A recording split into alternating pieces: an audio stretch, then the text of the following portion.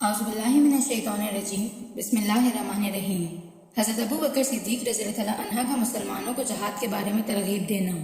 जब भी हज़रत अबू बकर सिद्दीक़ रज़ियल्लाहु तआला अन्हा लोगों में बयान करने के लिए खड़े हुए तो अल्लाह की हम बयान की और हुज़ूर सल्लल्लाहु अलैहि वसल्लम पर दुरूद पढ़ा और फिर फरमाया कि हर काम के लिए कुछ उसूल व कवायद हुआ करते हैं, जो इनकी पाबंदी करेगा इसके लिए ये उसूल व कवायद काफ़ी होंगे, और जो अल्लाह अज़्ज़ व जल के लिए अमल करेगा अल्लाह ताला इसकी हर तरह कफ़ायत फरमाएंगे।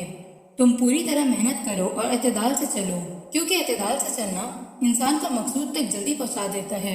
ज़रा गौर से सुनो, जिसके पास ईमान नहीं है इसके पास दीन नहीं है, और जिसकी नीयत सवाब की नहीं इसके लिए अल्लाह की तरफ से कोई अजर नहीं है, और जिसकी नीयत सही नहीं इसके अमल का कोई एतबार नहीं।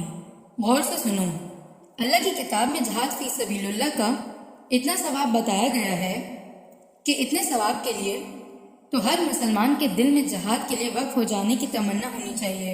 जहाद ही वो तजारत है जो अल्लाह ताला ने कुरान में बताई है, और जिसके ज़रिए अल्लाह ने मुसलमानों को रुसवाई से निजात अता फरमाई है, और जिसके साथ अल्लाह ने दुनिया और आखिरत के शर्फ को जोड़ा है।